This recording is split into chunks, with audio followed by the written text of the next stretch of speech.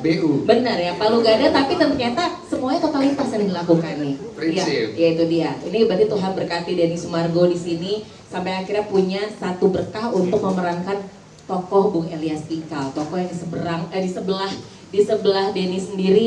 Ini gimana rasanya ketika ditawarin menjadi Elias Pikal? Kamu langsung bilang, iya, pikir-pikir dulu atau gimana? Udah pasti lah, saya tolak. Jadi itu true story ya, karena waktu saya ditawarin itu, saya tanya, ini film Elias Pikal? Iya. Nanti hancur karir saya bilang. Karena yang saya perankan ini bukan tokoh sembarangan. Ini punya sejarah yang besar dan menjadi kebangkitan dari tinju di Indonesia, bahkan di dunia. Elias Pikal adalah seorang legenda tinju yang menjuarai tinju dunia pertama kali di Indonesia dan membangkitkan semangat teman-teman petinju di luar sana gitu.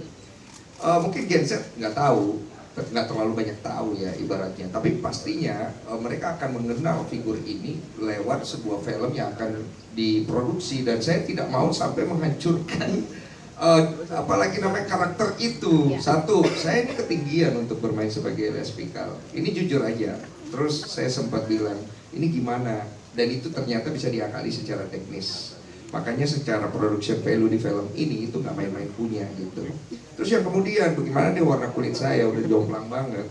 Akhirnya mau nggak mau solusi kita adalah disemprot setiap 3 hari. Dan itu mengakibatkan kulit saya kering, mengakibatkan kita iritasi ya, dan segala macam. Tapi nggak apa-apa, karena kita kan passionnya gede di situ. Dan saya harus melakukan banyak perubahan di wajah. Penambahan alis, menebalkan alisnya, kemudian penambahan gigi untuk membuat struktur wajahnya lebih mendekati dengan Bung Eli. Kemudian yang paling berat adalah bagaimana membawa diri saya ke olahraga tinju. Saya memang atlet basket, tapi kalau tinju saya awam, saya nol banget. Saya minta sama Falcon kepada Bu Erika, saya minta tolong, kan produksi kita waktu itu di bulan April kalau nggak salah. Dari Januari saya minta saya udah start untuk latihan tinju. Dan saya lakukan itu setiap hari karena beliau terkenal dengan The Exocet. The Exocet itu adalah pukulan tangan kirinya itu seperti rudal Rusia ya. The Exocet itu julukannya. Jadi kerasnya minta ampun. Dan standnya dia itu standnya southpaw kalau kita bilang dalam tinju, asik ya. Bolehnya bukan dalam tinju juga ya. Jadi dia stand kiri gitu, dan kita kan orang kanan sulit kalau kiri. Makanya saya bilang saya nggak bisa kalau saya nggak latihan lebih duluan dan saya start lebih dulu. Dan untuk menjalani itu semua saya cukup stres, bahkan program hamil istri saya gagal. Ini itu true story, karena capeknya luar biasa. Dan untuk program hamil itu kan diperlukan suaminya juga dalam fit. Tapi saya bilang nggak apa-apa saya, maksudnya semua by proses. So karena saya pikir akhirnya dari Falcon sendiri merasa yakin, saya juga nggak ingin akhirnya kemudian saya nggak bisa menerima tantangan itu, walaupun saya menawarkan beberapa nama lain. Tapi mereka tetap yakin. So, saya bilang, saya berdoa sih sebenarnya, saya bilang, Tuhan, kalau memang Tuhan berkehendak saya memainkan satu tokoh sebesar Elias Pikal, maka jadikan. Kalau tidak, maka jangan jadikan. Karena jangan sampai film ini ketika ada saya, malah akhirnya film ini tidak hidup. Saya nggak mau tokoh ini akhirnya filmnya tuh nggak hidup gitu loh.